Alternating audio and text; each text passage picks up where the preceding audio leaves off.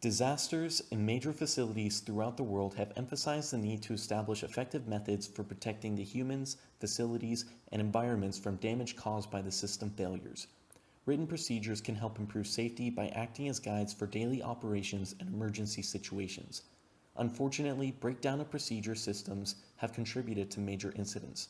While previous research investigated the impact of cultural and organizational effects on procedure use, this study sought to examine additional system factors with the goal of identifying areas of improvement. Semi-structured interviews were conducted with 72 operators in chemical, drilling, and refining industries across 6 countries. The interviews were qualitatively analyzed using a variation of the Charmaz approach, which delays the identification of emerging concepts and themes. We found that procedures are used for accomplishing routine tasks, but also for training new operators and because management exerts pressures to use them. Further, many of the procedures that are used suffer from a reactive change process in which edits come after incidents or errors. It was also found that many procedures have been in use for over 20 years but are not changed because operators don't know the change process and because they rely more on practical experience than the written guidelines.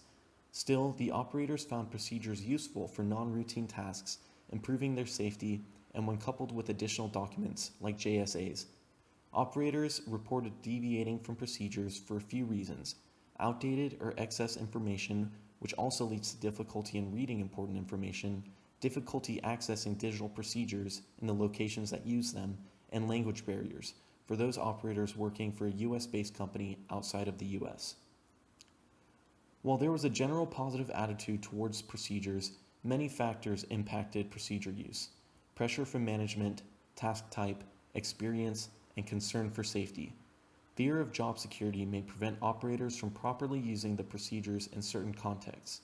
However, other operators deviated when they felt comfortable to do so or because the procedures were lacking in some way. Organizational improvements such as flexibility, greater emphasis on operator safety, and updating procedures regularly may improve usage.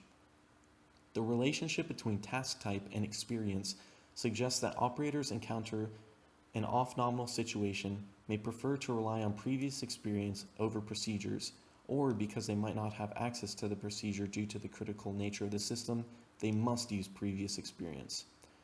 Rather, situations that are unfamiliar but anticipated may meet the criteria for procedure use for operators. Situations in which procedures are used vary by operator. Future work can help inform the adoption and usage of procedures in varying formats for operators carrying out different tasks.